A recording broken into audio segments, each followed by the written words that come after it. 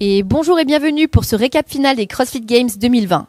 Et devinez qui j'ai récupéré de ce week-end? Monsieur Bergerin. Allez, bonjour à tous, bienvenue effectivement pour ce recap de la 3e journée des CrossFit Games édition 2020. C'est avec grand plaisir que je me joins à Myriam pour cette vidéo. Je me sentais un peu seule sans toi, tu sais. Qu'est-ce qui s'est passé hier? Petit récap. En leader incontestable, on a toujours eu Tia Claire Toomey et Matt Fraser. Par contre, si on fait un petit focus sur les podiums, tout était encore possible et on ne pouvait pas savoir qui allait monter sur la deuxième, la troisième marche du podium à l'issue de cette dernière journée des CrossFit Games. Et ouais, effectivement, il doit y avoir un microclimat à Cookeville. Apparemment, dès qu'on s'y entraîne, on envoie la sauce et très fort. Donc, quoi qu'il en soit, cette 3e journée, ça a été l'occasion de voir la plus belle des batailles, aussi bien chez les hommes que chez les femmes, pour grimper effectivement à la 3e et à la 2e place du podium. Il y avait 3 dernières épreuves et justement, Dave Castro avait promis une finale des plus dures des CrossFit Games. Et c'est ce qu'il a fait avec Atalanta. On va en parler juste après. Oui, effectivement, 3 épreuves qui sont étalées sur l'intégralité de cette journée et une première épreuve vraiment super originale à la fois en termes de format et de combinaison de mouvements qui demande avant tout une bonne maîtrise technique puisque cette épreuve laissait la part belle notamment à la natation. Et moi, je me demande même si c'était pas une des plus difficiles épreuves de tout le week-end, parce que vu l'état dans lequel ils étaient juste à la fin, je pense qu'ils ont quand même bien morflé. Alors si vous n'avez pas eu l'occasion de regarder cet event, essayez de le comprendre, c'était simplement une combinaison de natation, de GHD sit-up et de clean et slam avec une balle, il me semble, à 60 livres pour les garçons et un peu moins pour les femmes, ce qui représente environ 25 kg et 20 kg. Donc une combinaison de mouvements super originale et un format également très original puisqu'il y avait un départ toutes les 4 minutes pendant exactement 4 tours. On va jeter un petit coup d'œil ici au premier tour donc, du swim homme. Et donc ça démarre sur l'assaut bike, ici c'est Noah Olsen que vous voyez sur votre écran, l'enfant chéri de Miami, 15 calories à réaliser sur l'assaut bike avant de se lancer sur la natation. Donc déjà la combinaison assaut-nage, ça doit être un truc assez féroce. Effectivement, Equant a démarré fort là-dessus, on voit que sa force elle est vraiment, je pense un atout sur l'assaut bike et cette épreuve. Oui, c'est sûr que l'assaut bike, c'est vraiment un outil que vous avez envie de brutaliser et avoir de la force, avoir un bon poids de corps et aussi avoir un passif sportif dans lequel vous avez l'habitude de recruter fort les jambes, ça peut vraiment faire la diff. 50 mètres de nage et ça, c'est justement, ça laisse aucune ici erreur donc pour une mauvaise technique de nage et après aussi pour des problèmes techniques qu'on peut avoir. Sur le GHD par exemple, si on met mal ses pieds ou si la balle glisse sur le slam ball, on est un petit peu foutu. Alors je regrette de ne pas avoir un véritable passif de nageur, je ne suis pas non plus un grand spécialiste, mais en tout cas ce qu'il y a de sûr c'est que je pense néanmoins que même si les puristes trouveront toujours à redire, que la qualité globale de ce qu'on voit là en termes de natation est assez élevée. Oui. Tu parlais aussi de la combinaison de mouvements, j'ai très peu de connaissances en natation, mais ce qu'il y a de sûr c'est qu'un point important c'est le gainage, et donc faire du GHD et faire ce travail de slam ball, donc cette combinaison d'ouverture et de fermeture de hanche, ça peut impacter le gainage et ça peut donc complètement réduire à néant les efforts en termes de natation. Et on a vu le premier qui est sorti de l'eau, c'était Noah Olsen. Il a quand même un passif de water polo. Et c'est peut-être aussi ça qui lui a donné cet avantage sur le premier 50 mètres nage libre, mais il s'est vite fait rattraper par Samuel Quant. Et là on le voit, c'est Matt Fraser qui sort au coude à coude avec les autres compétiteurs pour se lancer sur la première série de slam ball, alors que vous voyez là le juge au premier plan, monsieur Todd Widmad himself, directeur du programme CrossFit Kids qui s'occupe de juger Noah Olsen. Et vous avez vu juste à l'instant Matt Fraser qui a loupé justement son slam au moment de lever et ça lui a coûté justement le rattrapage donc, de Quant et de Noah Olsen.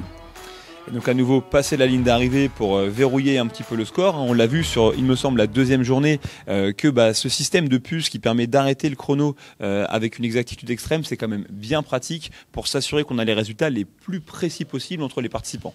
C'était assez surprenant. Donc sur cette première vague, sur ce premier jet ici, on a Noah Olsen qui gagne, Quant 2e, Medeiros 3e et Matt Fraser 4e qui sont justement liés. Cette place est liée à son erreur qu'il a fait sur le slam ball et sur le GHD et juste avant sur du coup l'assaut bike.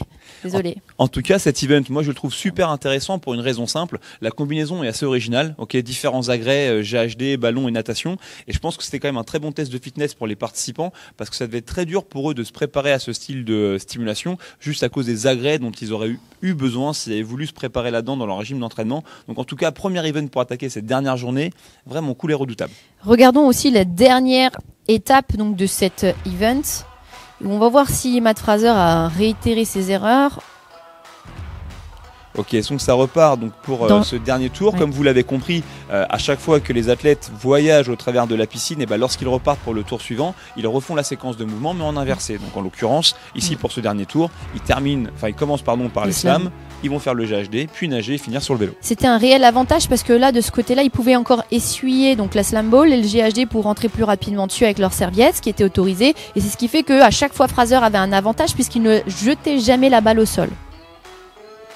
Sur le GHD, très rapide aussi, on sait que Matt Fraser, il a aussi des segments plus courts. C'est peut-être quelque chose qui va l'avantager sur le slam ball GHD. Par contre, sur la nage, c'est pas quelque chose de plus facile par rapport à Samuel Kant qui est très grand.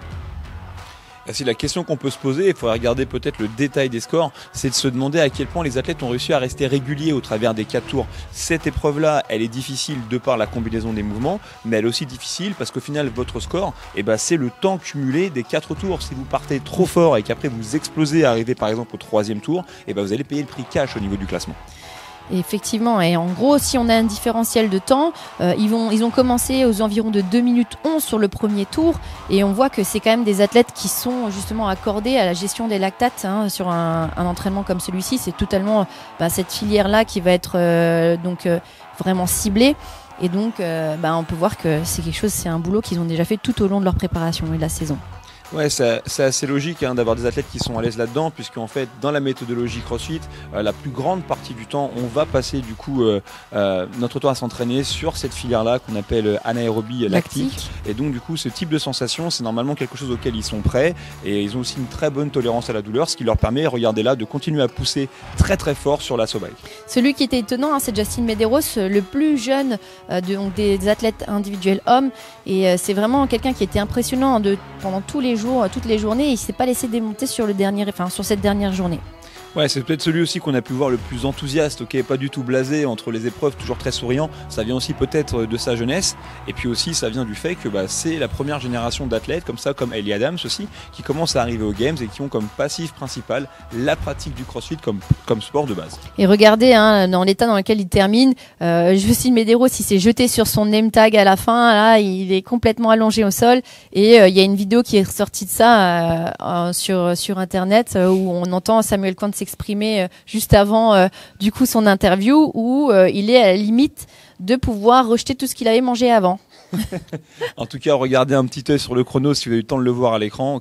4e séquence, 2 minutes 11, 2 minutes 13, c'est dire la vitesse d'exécution de ces athlètes. On le dira jamais assez, ce niveau de performance est vraiment hyper impressionnant. Et du côté de chez les femmes, regardons aussi le premier tour du coup qu'elles ont exécuté sur cet entraînement.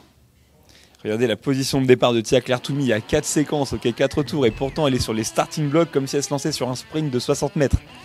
Ce qui était assez intéressant ici, et on le sait, Tia, c'est vraiment la meilleure des nageuses, une Australienne, donc à mon avis, elle a eu le temps de pratiquer durant sa jeunesse, et c'est ce qui fait vraiment la différence selon Dave Castro sur cet event. Et on va voir justement comment elle va gérer cela en fonction. Ouais, c'est pas étonnant que c'était un petit peu la natation qui soit le juge de paix sur cette épreuve, puisque finalement des 4 mouvements qui composent cette épreuve, le seul qui demande véritablement une maîtrise technique dans les positions et dans la manière dont on va se coordonner, c'est la natation. L'assaut bike, c'est assez basique, le GHD sit-up pour ce niveau de compétiteur est un mouvement qui reste mécaniquement simple, et lorsqu'on pense au slam ball, finalement c'est un geste un petit peu du quotidien. Donc c'est sûr que c'était là que l'addition allait se payer.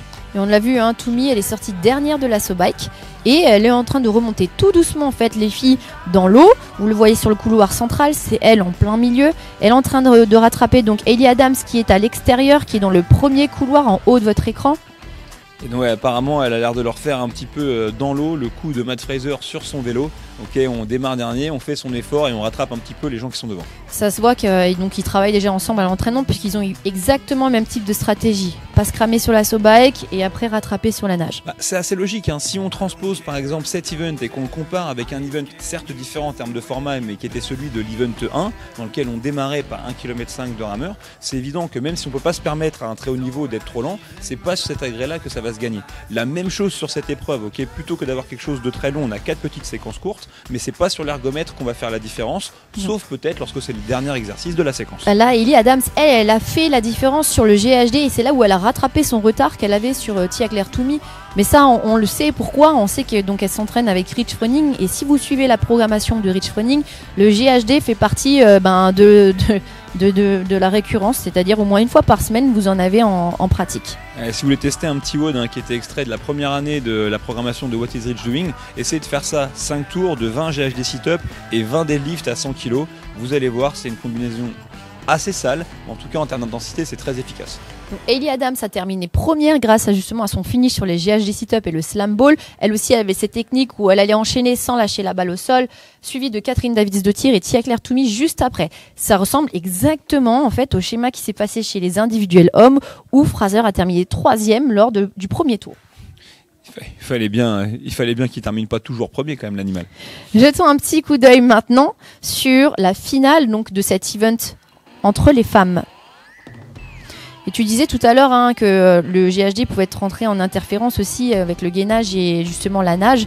Et c'est aussi quelque chose qui est important, ça, c'est qu'au moment, en termes d'équilibre, on est vraiment perdu en allant dans l'eau et en ayant la tête à l'envers à l'endroit sur le GHD sit-up. C'est assez, à mon avis, ça doit pas être facile à gérer. Ouais, il y a un autre truc même au niveau de la respiration, c'est-à-dire que donc, quand vous êtes dans l'eau, c'est un médium différent que le fait d'être dans l'air. Les muscles que vous sollicitez pour respirer sont différents.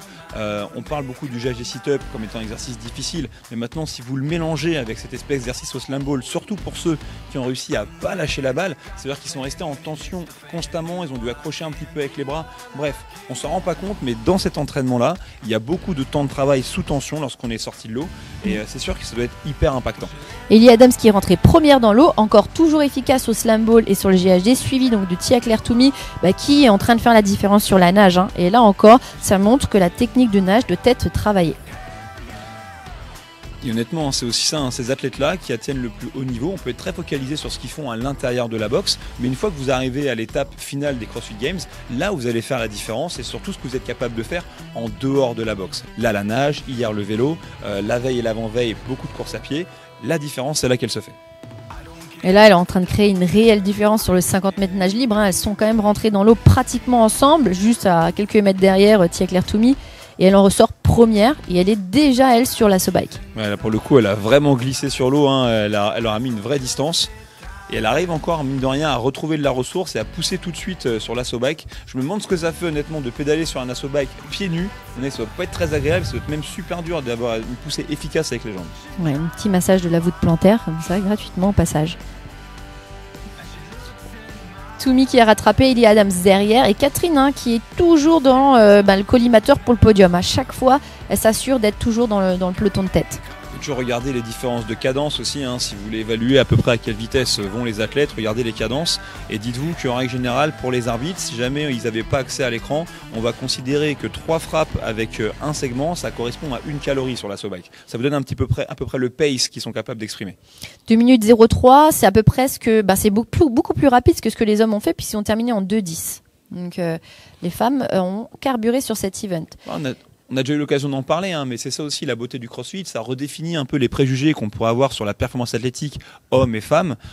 Lorsqu'on a regardé par exemple le trail, on a pu voir qu'il y avait pas mal de femmes qui avaient réussi à aller plus vite que les hommes. Là c'est une nouvelle fois un autre exemple. On ne sait pas quel est l'avenir de la performance athlétique, mais peut-être qu'à un moment donné, le sexe ne sera plus réellement un critère.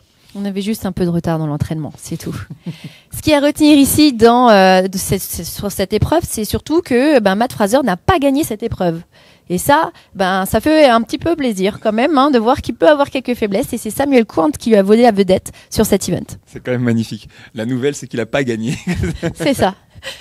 Si on jette un petit coup d'œil sur l'épreuve d'après, donc c'était un sprint avec un sled. Sprint, sled, sprint. Ça te rappelle pas quelque chose, toi ? De toute façon, le sled est quelque chose qu'on a beaucoup retrouvé dans le CrossFit. Même l'année dernière, on avait une grosse épreuve de sled qui d'ailleurs avait un petit peu, pas forcément à Willy directement, mais qui avait un peu marqué le glas de Willy dans le classement.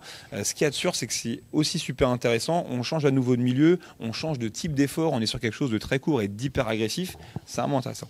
Moi, ça me rappelle une épreuve des French en 2017. Et il y a plusieurs épreuves en fait sur le handstand walk et là sur le sprint sled sprint, c'est à peu près des épreuves qui ressemblaient justement à des épreuves du French en 2017. Peut-être qu'il s'est inspiré de cette année-là, hein, Dave Castro. Oui, j'en doute pas une seule seconde. Petit coup d'œil donc sur cette épreuve. Et là, donc le premier sprint 100 yards.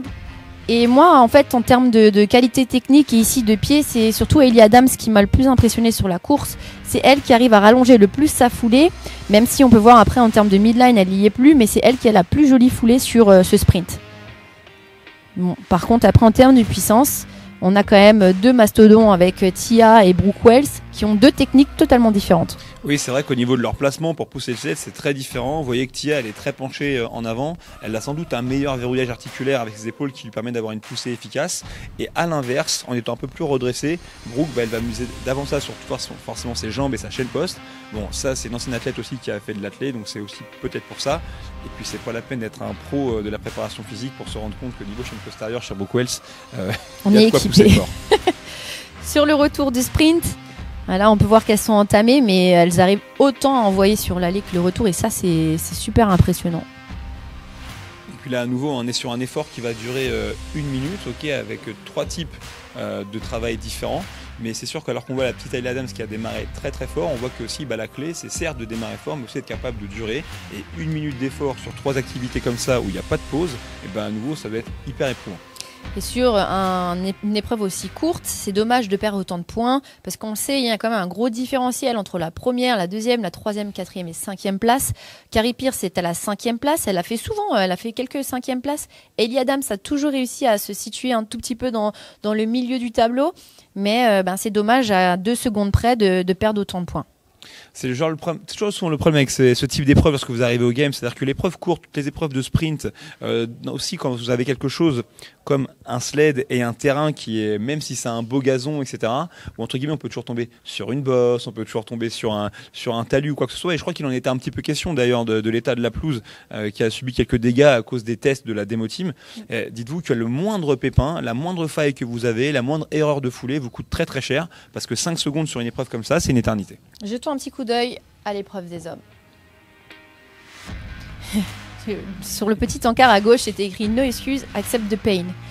Je crois que là, il n'y a pas le choix. Je sais pas si c'est une référence à la coupe de cheveux de Noah Olsen. Non. Le mini man bun là. En tout cas, c'est toujours drôle pour nous, un petit peu les Européens, de voir ce travail sur le sled parce que c'est vraiment quelque chose quand même d'assez américain. Le fait de pousser un chariot, c'est peut-être des choses qu'on commence à retrouver chez nous en rugby dans la préparation physique, mais ça vient surtout du football US et chez eux, c'est vraiment très culturel. Et ça se voit que Noah Olsen en a bénéficié dans sa prépa puisque lui aussi, il a un background donc water polo et aussi de football américain. Il a aussi encore des techniques différentes. Noah Olsen, coup de verrouillé. Matthew Fraser et Samuel Quant, il me semble, coup de fléchi. Oui. 2 approches différentes, mais finalement, vous avez vu qu'il n'y a pas une technique qui est meilleure que l'autre. En fonction de ce qui est bon pour vous, vous allez être capable de performer. Et là encore, Matt Fraser a été challengé, titillé sur cet espace. Vous voyez, il jette un coup d'œil à gauche et à droite. Il est pratiquement coude à coude avec Samuel Quant, qui est aussi puissant. Il a un background de cross-country, peut-être une filière moins explosive, mais c'est un bon sprint final. Franchement, Matthew Fraser, depuis l'extrait qui a fait un petit peu le buzz sur les réseaux, au vélo, où on l'a vu être capable de vraiment rattraper ses adversaires de devant, même si là, il est pas loin de se faire coiffer au poteau par Matthew Quant et il va gagner que d'1 dixième de seconde sur cette séquence-là. Ce qu'il y a de certain, c'est qu'il a montré quand même toute la ressource qu'il avait au niveau de ses cannes et c'est vraiment le jour et la nuit par rapport aux autres athlètes. Et c'est là où on voit aussi qu'il y a un avantage technique sur la course puisque Quant a bien réussi à allonger ses foulées pour essayer de gagner ici du temps sur Matt Fraser. Mais Matt Fraser, il a été beaucoup plus véloce et en même temps, c'est un peu sa force et du coup, il a quand même réussi à gagner grâce à sa puissance. Et donc à nouveau, si vous avez surveillé les réseaux sociaux, ils ont expliqué comment est-ce qu'ils les ont départagés. Toujours ce système de puce accroché à la cheville qui permet vraiment d'avoir des mesures très précises sur la performance des athlètes. La dernière épreuve, donc celle qui a été prévue comme la plus difficile de ces CrossFit Games, donc Atalanta.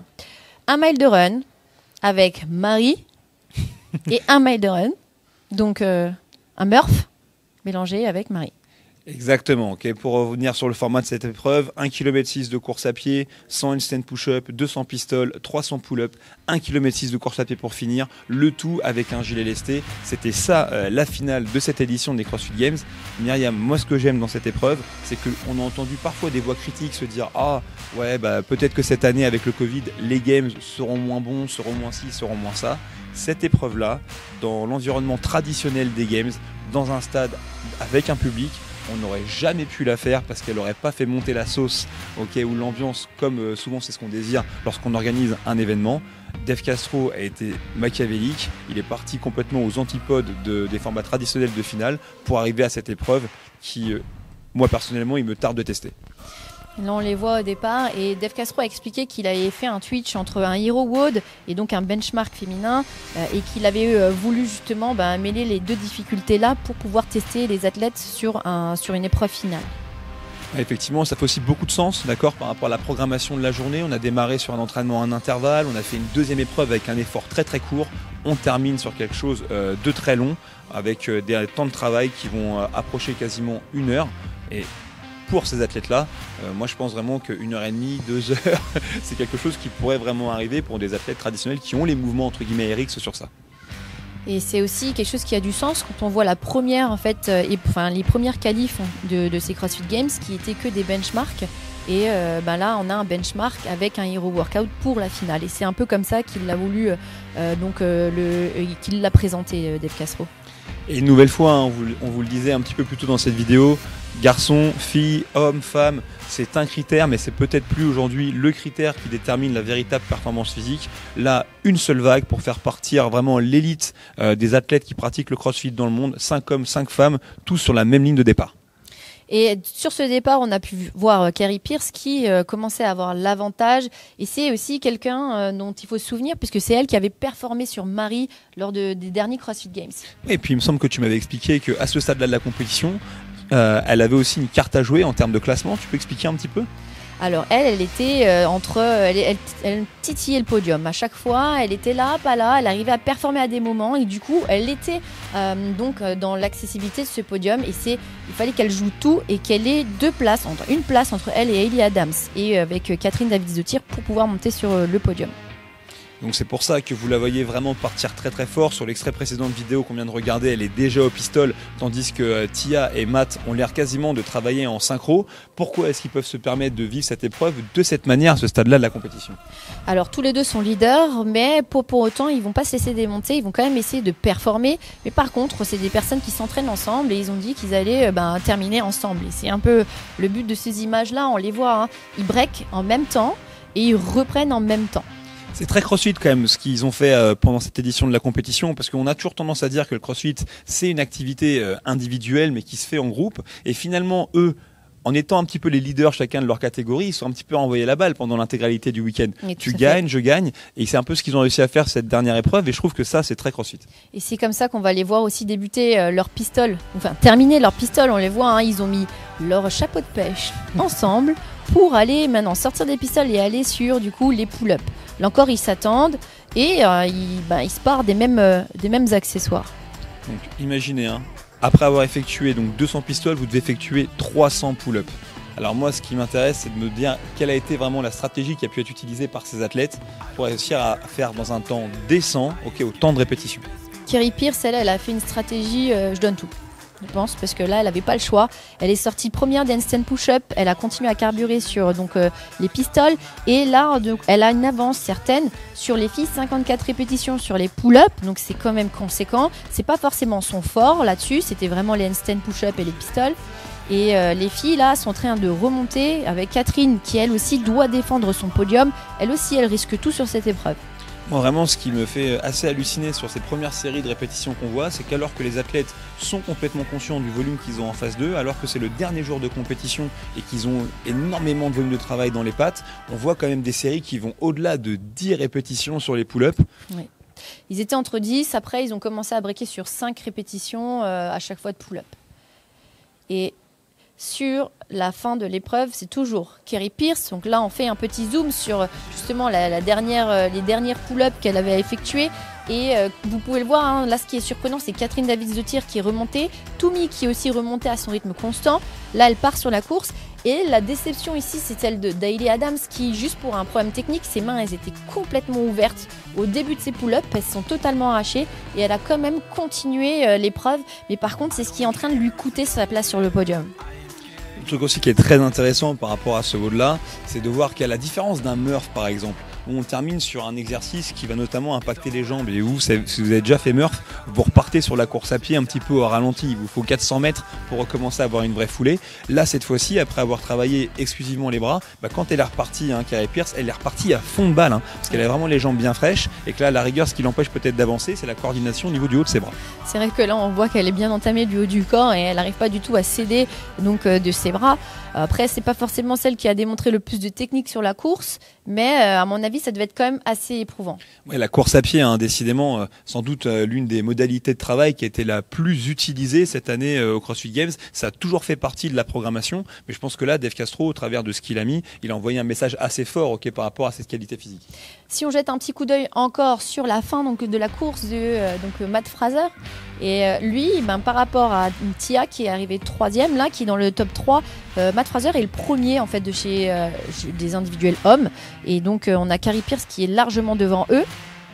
Donc une nouvelle fois, c'est-à-dire que sur une épreuve dans laquelle il n'y a pas de notion d'haltérophilie, on est sur un travail monostructurel et un travail de gymnastique, et les femmes sont plus performantes que les hommes à ce stade-là de la compétition et à ce niveau-là. Et là, ils courent ensemble et Matt Fraser, vous avez pu le voir, il a donné quelques petits mots, il est en train de donner plus de cadence ici dans sa course, parce que juste derrière lui, il y a Noah Ohlsen. Donc ça montre que oui, certes, c'est les leaders, mais par contre, qu'il ne se laissera pas faire et qu'il veut gagner chaque épreuve. Ouais, une nouvelle fois, même si c'est juste sur 1,6 km, si vous avez l'opportunité de travailler quelque part un peu binômé avec un partenaire pour faire le lièvre ou au contraire vous faire tracter un petit peu, ça fait quand même la diff. Et puis en plus, il faut bien se mettre dans leur tête, ils sont tous les deux à ce stade-là de la compétition sur le point de réaliser quelque chose d'historique, en déclenchant un nouveau titre d'athlète le plus fit de la planète. Comme quoi, il ne faut pas abandonner son partenaire, peu importe la cause. Et là, vous voyez, Tia qui jette aussi du coup le coup d'œil à Noah Ohlsen et qui voit que c'est assez sécure. Mais ils ne se lâchent pas. L'un et l'autre sont vraiment ensemble et ils terminent ensemble. Et une nouvelle fois, j'ai eu la chance moi de partir une année à Romas, au ranch de Dave Castro, et du coup de me retrouver à courir également dans le ranch pour effectuer un WOD qui s'appelait déjà à l'époque Happy Star. Donc ça m'a fait rire de retrouver le nom de ce WOD dans l'un des programmes de l'année dernière. Les gens ne se rendent pas compte de deux facteurs indépendamment de la chaleur qui peut y régner en été. C'est vraiment à quel point le terrain est escarpé et pentu. Vraiment là, les images en vidéo ne font pas honneur aux athlètes. C'est vraiment super. C'est très pentu, c'est super dur de courir là-bas. Et là on voit, ils terminent ensemble et ils vont terminer par la course ensemble et par un geste assez symbolique puisque ils sont ensemble, ils se donnent la main et ils terminent. C'est quand même une super belle réussite pour ces deux athlètes. Ils s'entraînent ensemble. Ce sont les athlètes qui aujourd'hui ont le plus de longévité dans le monde compétitif du CrossFit. C'est très très grand ce qu'ils ont réalisé, en plus dans un contexte très particulier, dans un environnement très dur, sans musique, sans ambiance, sans rien. Ils ont réussi à démontrer leur suprématie dans leur maîtrise de la condition physique. Moi, ce qui m'a aussi assez touché durant cette épreuve et la dernière épreuve finale, c'est que chaque athlète, quand ils ont terminé, là, Tia et Matt Fraser se sont embrassés, mais ils sont tout de suite allés voir leur coach, leur manager et les ont serrés fort dans les bras et chacun a eu ce réflexe. C'est normal, il faut quand même comprendre que c'est des gens qui sont sans doute avant tout des passionnés de sport, mais que être un athlète et avoir comme travail ou comme métier le fait de s'entraîner et de performer, c'est une chose, mais que ces gens-là, s'ils arrivent aussi à vivre de leur pratique, c'est parce qu'ils sont entourés par une équipe de professionnels, notamment des agents, notamment des gens qui vont les aider à signer peut-être des contrats qui vont leur apporter autant, sinon plus, que ce qu'ils vont rapporter pendant les compètes. Eh oui. Et puis c'est surtout, ils sont tout le temps avec eux et ils voyagent avec eux et ils souffrent avec eux. Et là, on voit Dave Castro maintenant avec Tia et Matt Fraser qui va annoncer justement les champions. Et oui, avec son style inimitable, Dave Castro qui annonce donc le couronnement de l'homme et de la femme la plus fit de la planète. C'est une jolie boucle aussi qui est bouclée pour Dave, lui qui a accueilli les premières années des CrossFit Games. Il revient plus de 10 ans après. C'est la 13e occurrence des CrossFit Games pour couronner à nouveau dans sa propriété les deux meilleurs athlètes de la planète. Et là, ce qui est assez drôle, c'est que sur la fin, là, elle demande ça y est, c'est fini? Et du coup, une petite blague encore de fin, c'est assez drôle et ça montre la sympathie et l'humour dont elle fait part. Ouais, vraiment, si un jour vous rencontrez Tia Claire Toomey, vous verrez, c'est vraiment une fille adorable, très naturelle, très humaine. Et il n'y a pas de pic dans ce type de déclaration, c'est juste sa spontanéité. Jetons un coup d'œil sur le podium. Qui est donc allé sur le podium? On sait que Tia et Matt Fraser ont été champions, mais maintenant il y a quand même du suspense pour la 2e et 3e place chez les hommes et chez les femmes. Et oui, effectivement, ils les ont trustés, ces premières places du podium, Tia et Matt, 5 années consécutives en Matt Fraser, 4 années consécutives pour Tia, mais une magnifique bataille pour la place de 2e et de 3e. Allons un petit peu dans le détail. Et vous avez pu voir sur le côté, au début de l'image, donc Eric Rosa qui est venu et qui a même fait certaines épreuves de ces CrossFit Games directement sur place et qui est là pour remettre aussi ses médailles. Ouais, il a l'air d'être plutôt en forme, le nouveau CEO de CrossFit. Regardez là du coup le podium des hommes avec la 2e place Quant et du Medeiros en 3e place. Effectivement, comme quoi apparemment on peut avoir un mulet et du fitness. C'est une très très belle performance pour sa première apparition au CrossFit Games. Et chez les femmes, du coup, Catherine est donc 2e et je suis derrière de Carrie Pierce qui a bien fait de tout donner sur la dernière épreuve parce que elle a réussi justement à gagner le pari par rapport à toutes les épreuves qu'elle a faites durant le week-end. C'est vraiment très mérité pour Carrie Pierce parce que c'est une athlète qui est très ruqueuse, qui est très battante, etc., qui est toujours très enthousiaste. Ça fait plaisir de l'avoir arrivée à la 3e place. Et une nouvelle fois, il faut quand même le dire, c'est une très très belle marque aussi de longévité pour Catherine. Je veux dire, elle est dans le circuit depuis maintenant 7 ans. Elle performe toujours au plus haut niveau. C'est un niveau de maîtrise, une nouvelle fois, qui pose le respect. Et Tia qui gagne avec 1025 points, Catherine 665, 585 pour Carrie Pierce. Et vous voyez juste derrière, donc 560, donc ça jouait vraiment entre Hayley Adams et Carrie Pierce. Et c'est ses mains en fait qui sont ouvertes sur la dernière épreuve. Ça lui a coûté la place sur le podium. Ouais, mais une nouvelle fois, faut pas trop s'en faire. Je veux dire, Hayley Adams, Medeiros, c'est 2 athlètes qui ont tout juste la vingtaine. Ils en sont qu'au début de leur parcours dans le monde du CrossFit, du moins c'est ce qu'on leur souhaite. Attendez de les voir à 24, 25, 26 ans, quand ils seront peut-être à leur pic de performance. Ça leur annonce quand même un avenir assez radieux. Du côté de chez les hommes, Matthew Fraser 1150 points, Samuel Quant 605. Jesse Medeiros 560, Noah Olson 540, là aussi c'était serré entre eux deux, et Jeffrey Adler qui a été assez palo sur cette dernière journée donc des CrossFit Games, 505 points. Ouais, toujours être et duré, mais vraiment le truc qui quand même suscite l'interrogation, c'est comment font Matthew Fraser et Tia Claire Toomey pour être tellement dans une autre dimension par rapport à tous ces athlètes qui eux aussi s'entraînent dur, qui eux aussi font attention à leur nutrition. Vraiment, pendant cette édition des CrossFit Games, surtout avec un champ aussi restreint, ils ont réussi à montrer qu'ils étaient réellement sur une autre planète. Et c'est sûr, mais comme tu le disais tout à l'heure, la relève est assurée avec Hayley Adams et donc Medeiros, 2 jeunes athlètes qui s'annoncent vraiment prometteurs. Et donc il y a aussi eu, à chaque fois, il y a des awards qui sont décernés. On a eu le Rookie of the Year, c'est Medeiros, et l'esprit des Games, c'était Catherine. Et justement, on a vu tout le week-end qu'elle a performé, qu'à chaque fois elle a repris le lead mental, qu'elle s'est jamais laissée abattre par peu importe l'épreuve. Et sur la fin, en fait, ce qui est assez intéressant en anecdote, c'est qu'elle a gardé son gilet jusqu'à ce que la dernière, la dernière personne passe la ligne d'arrivée, comme dans un WOD où normalement on ne doit pas ranger ses barres, on ne se déséquipe pas avant que nos collègues aient terminé. Ça, pour le coup, c'est quand même une belle anecdote parce que ça démontre que vous soyez compétiteur ou pas, si vous avez la chance de vous entrer dans une salle affiliée CrossFit, n'oubliez pas, le truc le plus important à protéger, c'est ça, c'est l'éthos de la communauté. Si eux aussi ils le font au plus haut niveau, on se doit tous de faire de même. On n'a pas terminé lorsqu'on a dit time, on a terminé lorsque le dernier dans le cours a terminé. Donc si on doit retenir quelques petits éléments de ce week-end, Ellie, qu'est-ce que tu retiendrais ?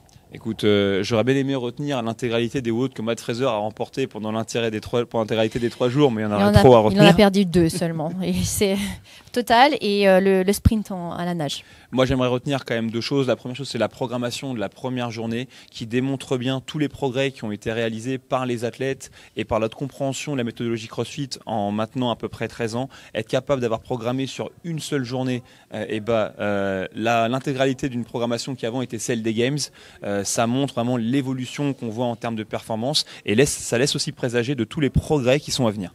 Et c'est vrai que même au niveau des charges femmes et du volume hommes-femmes, on peut voir que ça a vraiment évolué et que justement maintenant les femmes ont beaucoup plus progressé durant ce laps de temps que peut-être vous les hommes.